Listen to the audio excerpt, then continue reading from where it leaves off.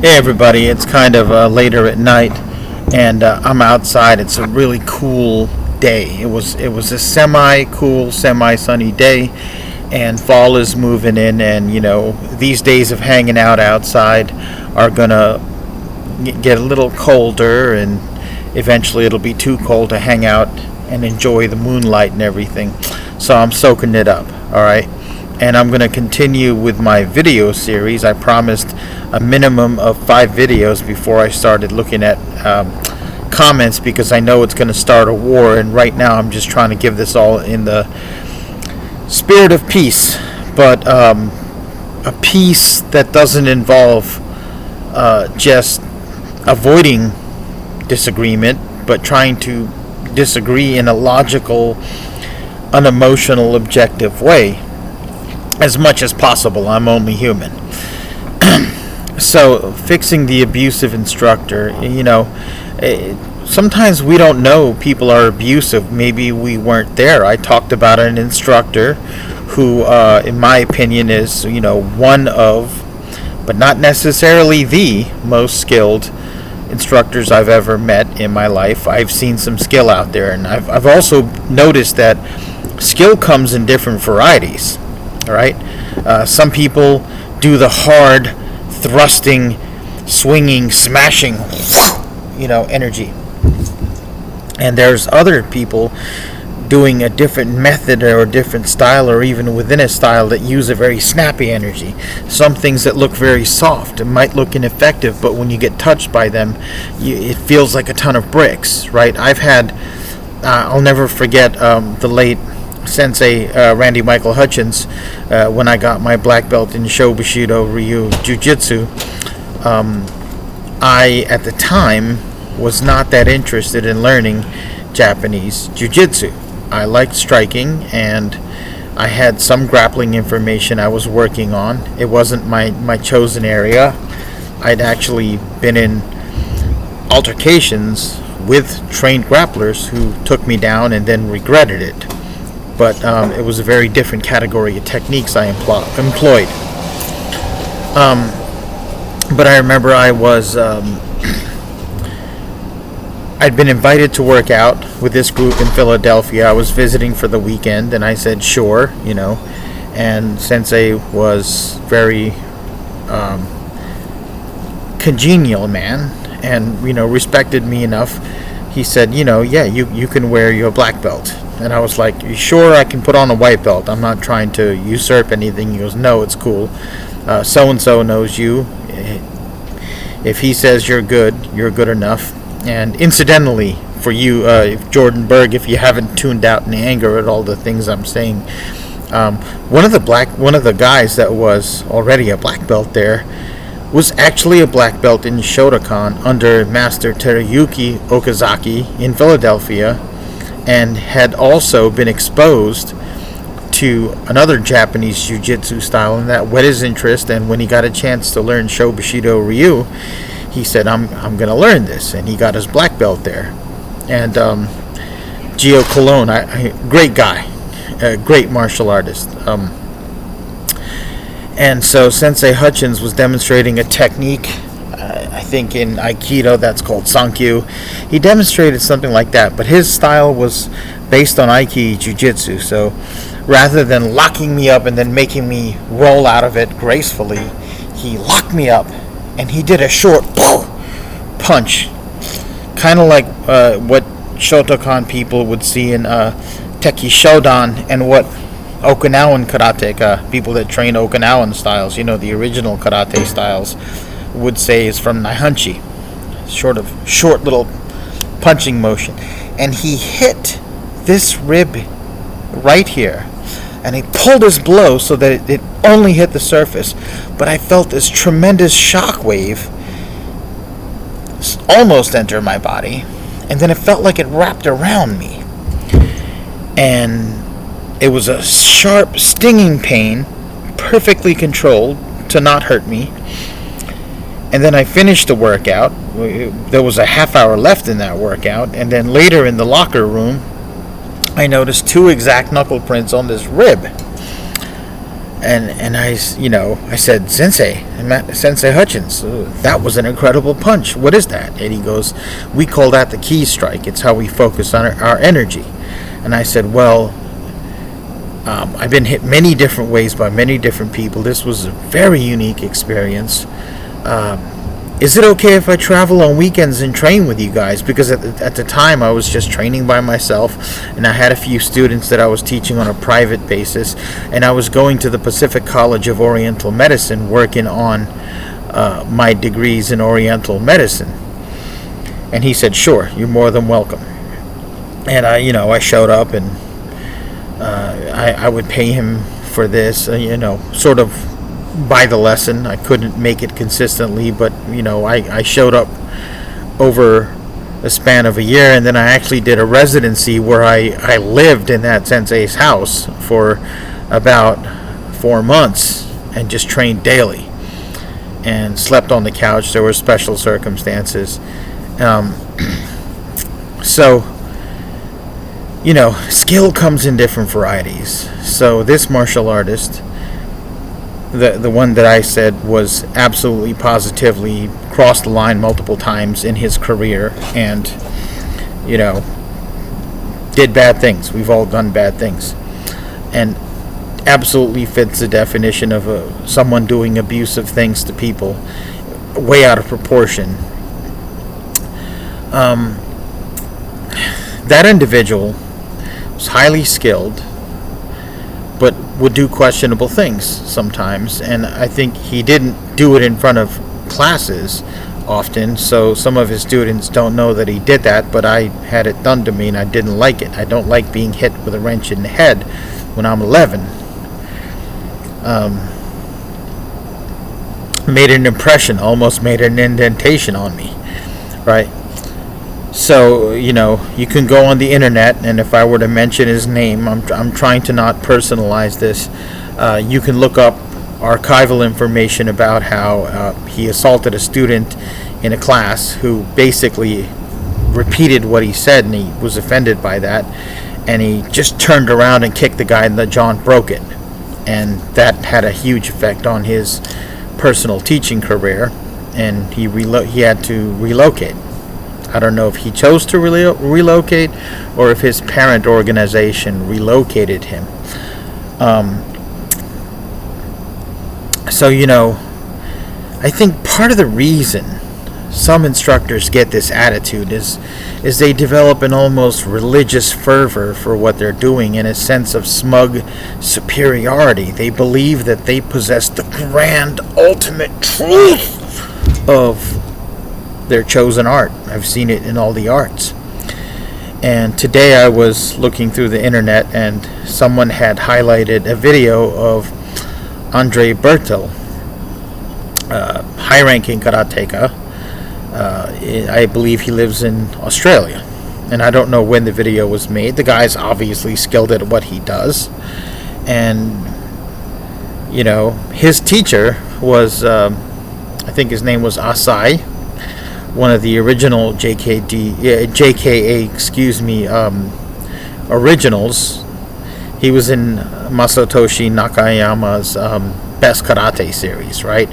And there's lots of footage of him on the internet, and this is where it gets interesting. This is where it gets supremely interesting, because this Jordan Berg guy, now that Master Asai has died, is the inheritor of Master Asai's personal system. He branched off from Shotokan, and he incorporated many elements of Chinese martial arts, including, there's clips of him demonstrating animal styles from Kung Fu, and also he did a lot of Tai Chi Chuan and Qigong, right, which were not part of the orthodoxy of Shotokan. So Jordan Berg is being interviewed by someone, and he said, I think the biggest problem in karate today is political correctness. There's this belief that everything is right, and you can't tell people when they're doing something wrong, and anything goes, and that's just not true. There's a proper, correct, and right way to do things. Now, this is where the irony of it just pops out for me. First of all, his style is based on Shotokan, a Japanese style of karate. And if you watch Shotokan, it does not look like just about anything in Okinawa. Okinawa, the birthplace of karate, the people that invented it and developed it and continue to develop it. It doesn't look like, in many major ways, it does not look like any Okinawan karate style. First of all, the stances in Shotokan are usually far deeper, far longer, right? And the Kokutsu Dachi, back stance, isn't done in Okinawa. Any technique in Shotokan, any of the Shuto techniques and all that you're doing in any Okinawan style of karate would be in a cat stance and Neko Ashi Dachi, which you barely see in Shotokan. Right? It almost doesn't exist. It shows up in some kata, and it's not a viable. They don't practice fighting techniques from it, to my knowledge. Okay, so okay, and then when Shotokan people chamber, they chamber like this. The hand is at the hip. It's a very low open chamber. The punch comes out from there. I have yet to see any Okinawan style of karate chamber that way. They chamber up high, right? Like many kung fu styles. The other time that I ever encountered a low chamber is in Hungar kung fu. And Hungar uses a low chamber, and the stance is actually, Shotokan shares elements of that stance work. And again, I'm not saying it's bad, because obviously if you've done Hungar, it's very difficult doing all that stances, the katas, what Japanese people would call katas. Some of them have 250 to 300 moves, and you're in that low stance and you're moving fast out of it, you're kicking, you're punching and jumping. It's a lot of work, you get a lot out of it. And then when I learned a form of, just one form, someone taught me, of Baji Chuan, lots of low stances, right? There's value in low stances. But the Okinawans, original karate, right, as it was developed, they kind of didn't do those low stances. They had a very mobile and fast style with the high chamber, they used more snap than thrust. And then as Andre Bertel during the interview was saying, there's a right, proper way to do things. There's a correct way, and not every way is correct. He was helping a student with the front kick, Maigiri, and she had her hands in what I call the Shotokan front kick position. I've never seen it. I don't see it anywhere else. I've seen historical pictures of some Taekwondo people, Jido Kwan, training in this way, and it's because Jido Kwan is heavily influenced and comes from Shotokan. But it was this. Practicing kicking that way, right? I had to, I don't want to kick this chair, but it should come up the center and your hands stay here. Bang, right? And I've seen maybe hundreds of hours of footage of Okinawan karate stylists and karate stylists in Okinawa that are Okinawan or Americans and Okinawans training together. And they don't practice that way. They usually have their hand in some kind of fighting position. So that's an innovation. And if you listen to Andre Bertel, there's only two. If you believe that there is only one true and right way to do things, and everything else is a deviation from it, well, either the Okinawans have always done it wrong, and when it was transmitted to Japan was the only time they developed it to do it right, and even Master Funakoshi, when he introduced karate to Japan, was doing it wrong, and his students got it right. Or those people that invented the original art in Okinawa were doing it right, and the Japanese distorted it. I don't think that's true. I think there literally are different ways you could do the same thing, because your intent may differ, and you may want to do different things with a simple thing like a front kick, right? Also, the Japanese got really good at high kicks. This abusive instructor that I'm talking about was really good with high kicks. In Okinawan karate, they pretty much don't like kicking above the waist. All their side kicks are to the knee, right? And the sort of thrusting side kick, it would be called yoko geri kikomi, thrusting above the waist with the hip fully pivoted and support leg pivoted, kind of doesn't exist in Okinawa.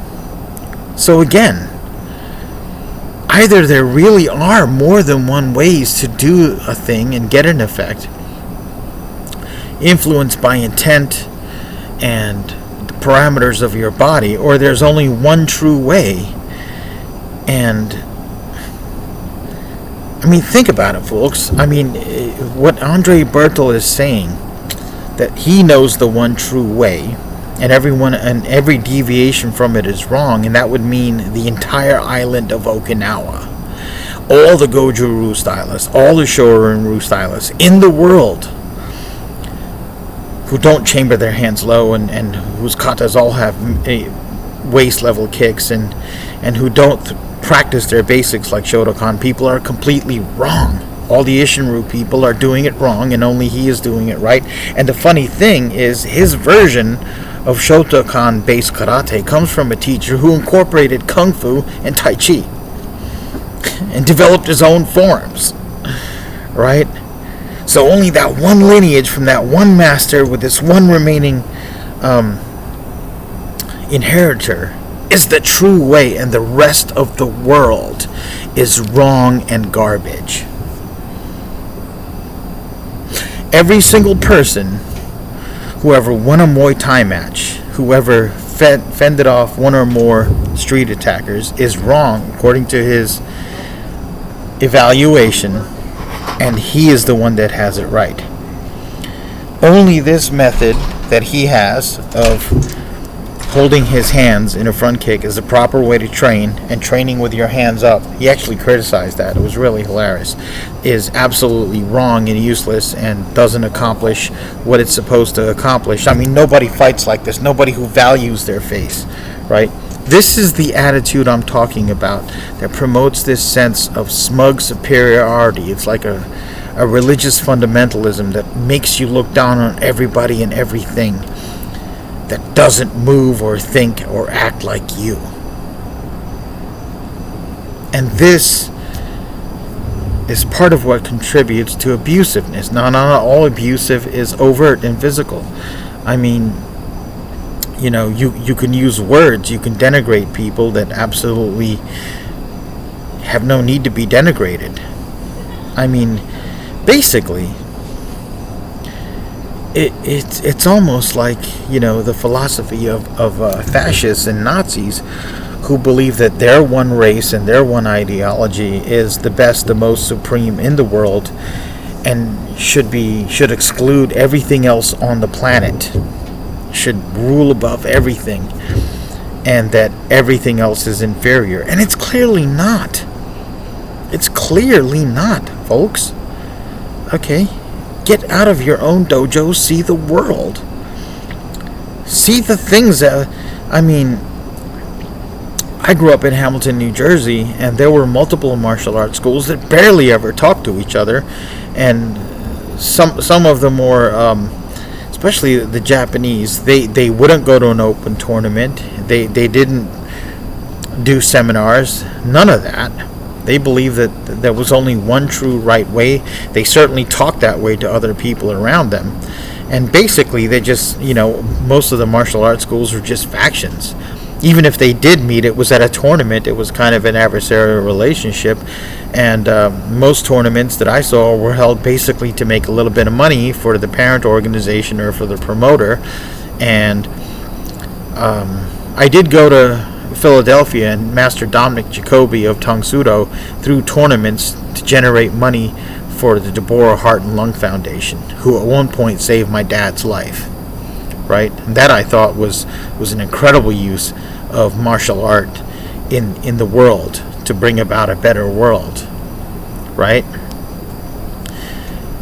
this attitude of supremacy of what I am and what I do, and nothing else is valid, and it's actually wrong to accept it, wrong not to criticize it. Respect others, courtesy. Be faithful in the way of truth. Refrain from violent behavior. Some violence comes from talking. Right? Back to the Dojo Kun. Back to the 21 principles of Funakoshi. Karate begins and ends with respect, and also could be interpreted as bow, which denotes respect, right?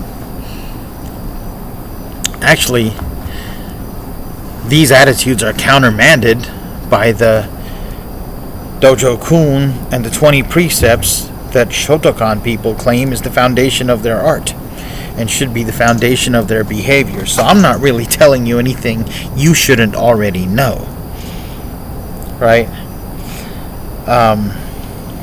Again, I'm sorry if I come across, I tried to make this objective, but I believe that an instructor should know when to keep his hands to himself and should strive to increase the amount of peace in the world through his presence. And sometimes that means holding your tongue or expressing yourself differently. Sometimes that means stopping your hand from doing what it wants to do and de-escalating. You can yell. You can even put your hands on someone and say, no, before you strike, before you pick up something and strike, before you kick someone in the jaw. Refrain from violent behavior. Is what I'm saying that wrong?